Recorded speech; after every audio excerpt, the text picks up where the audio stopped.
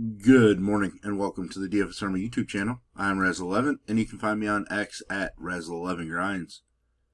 Going to take a look at some pitching for today, the 10th of August. It is Sunday.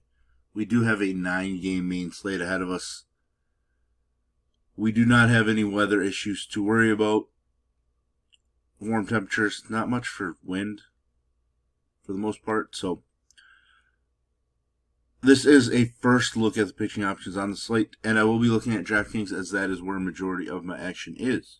If you do play in FanDuel, I would cut my pool in half or so. Pricing isn't as tight. You don't have to be as creative. It allows you to get stacks you want with an upper tier-ish pitcher.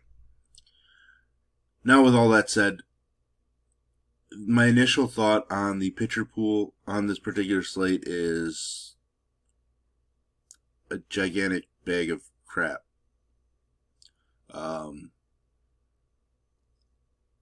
We have names at the top.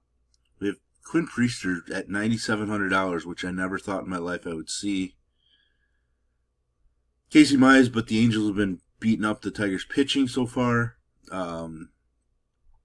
Just a bunch of randomness.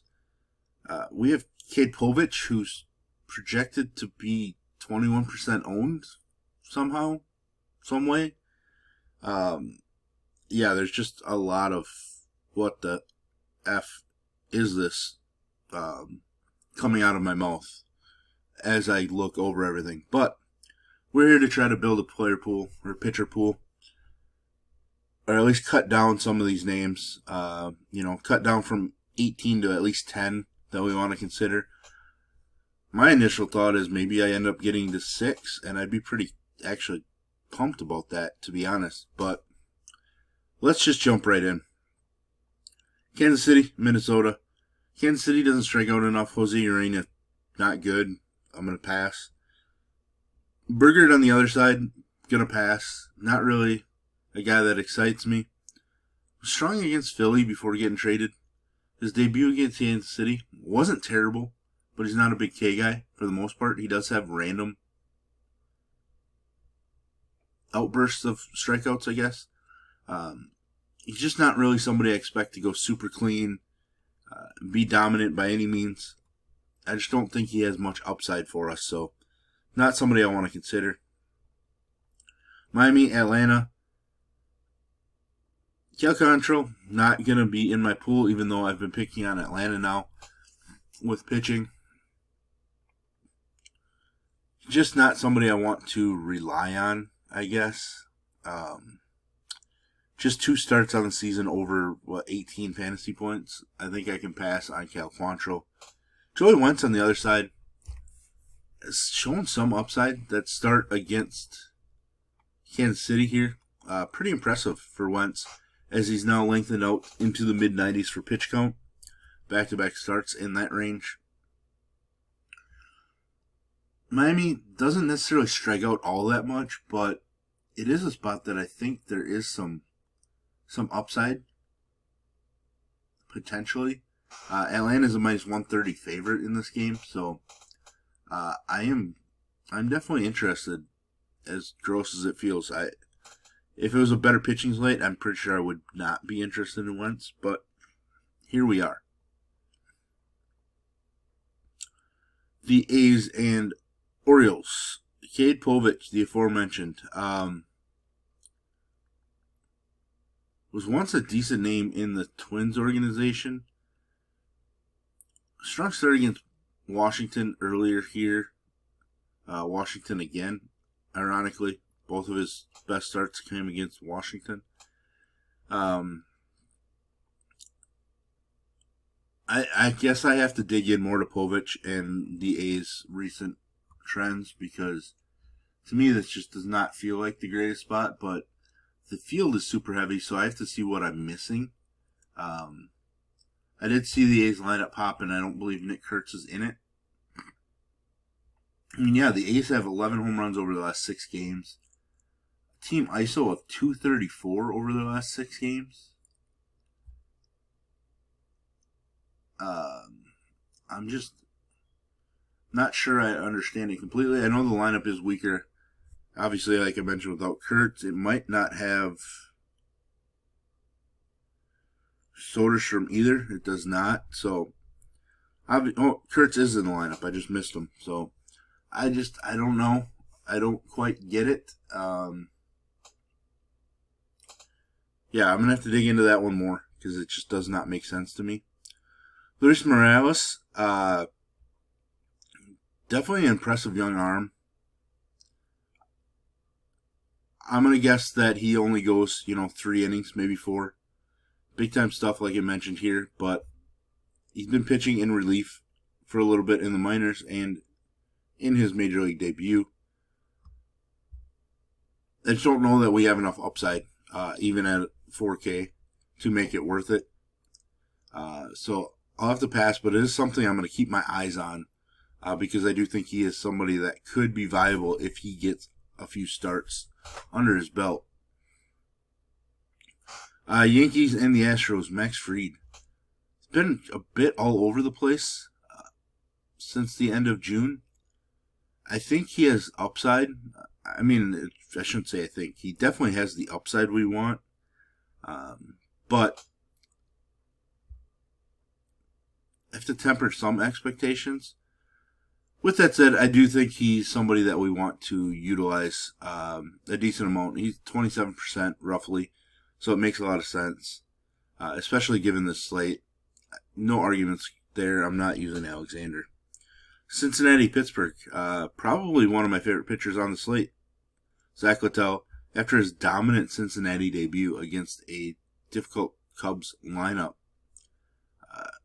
I like the upside. I didn't realize he threw 117 pitches in a start this year, so I wouldn't expect 110 plus again, but somebody that's certainly viable. I like the matchup. We spent much of the season picking on Pittsburgh, so why not continue it? A little shocked to see Littell, the 8th highest owned pitcher right now.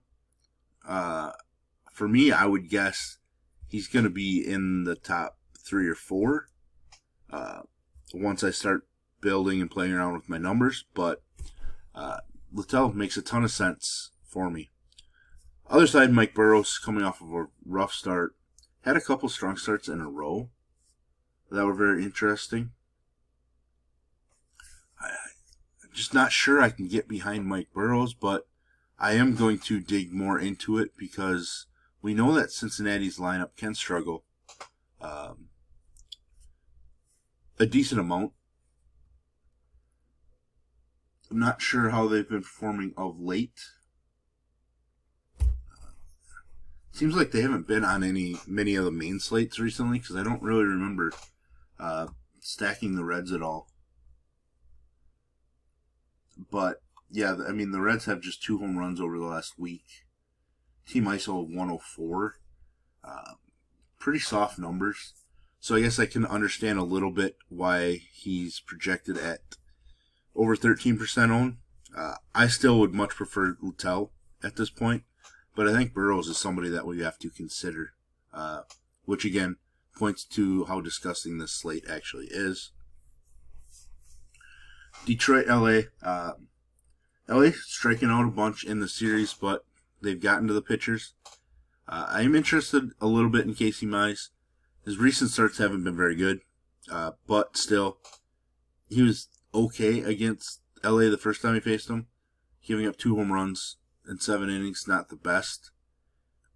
He has been at his best when at home. Still not a huge K guy, which is alright, but he does get a K bump in this matchup, which is something I'm interested in.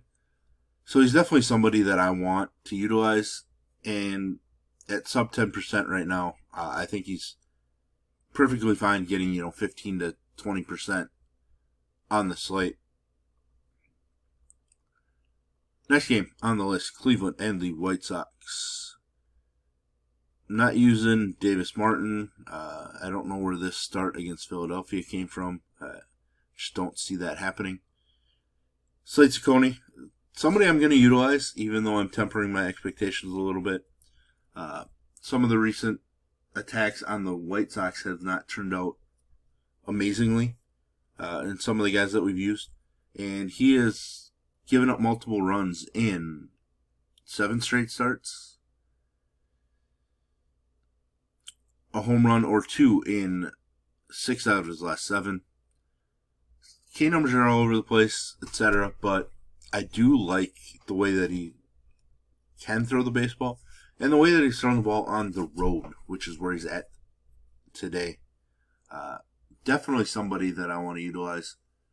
I've gone pretty overweight on him in other slates and have been burned by it, but I am going to go to Ciccone on this slate. Just not one of my favorite guys. I definitely put him behind like Littell for sure. The Mets and Brewers, Manaea versus Priester. I think both guys are in play. I don't love the idea of utilizing both guys. Milwaukee's just a nice 120 favorite in this game. Manaea at 14%, Priester at 6.5%. I feel better about using Manaea, which is saying a lot considering Milwaukee's been the better team. They're playing just extremely well. Priester's just been phenomenal. I don't understand it. I mean, I guess from a baseball standpoint, I do, because he was at one point a top prospect for the Pirates. Basically just given to the Red Sox and then definitely just given to the Brewers in a trade. But his numbers are better when at home. Still not a huge K guy in general. His last 10 starts have been absolutely phenomenal. At some point, I expect the other shoe to drop, but maybe we just have to keep riding him. Obviously, the Mets offense overall, I think, has struggled quite a bit. Taking a look here over the last week. I mean, it's not terrible, but I guess it is terrible. As a team, they're hitting a .187 with an OPS of .594. Really kind of carried by the power of Juan Soto recently, and then Alonso. So Priester probably in a good spot. Manaea, I want to see the Brewers line up a little bit, but I think he has what it takes to be strong. His whip is still sub 1, even coming off of a terrible start against Cleveland. The one big thing is his strikeout numbers have dropped each start since returning from the IL. So they've dropped as his pitch count has technically gone up, or his innings pitched have gone up. It's not really a great trend for DFS purposes. So maybe I have to pass on Manaea, which isn't ideal. I want to see the Brewers lineup because that may make or break what I want to do with Manaea in this spot. Last game on the slate, Philadelphia and Texas. Patrick Corbin hasn't really been getting blown up. But he hasn't really shown much upside either. 21.75. His best start since the middle of May. Probably have to pass on Corbin. I shouldn't say probably. Like it hurts me. Gonna pass on Corbin. Zach Wheeler has been so-so since the All-Star break. A ton of upside, but he hasn't been the sharpest.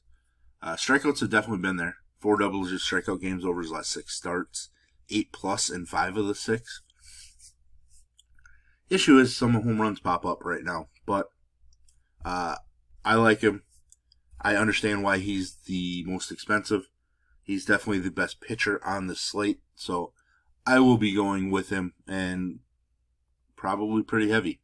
I don't really like the 50% number, but I may go to 40%, just under the field. I don't love, matching the field, so I'll have to dig in and just see how my percentage break out. But right now, I would guess I'm going to be around 40% Zach Wheeler.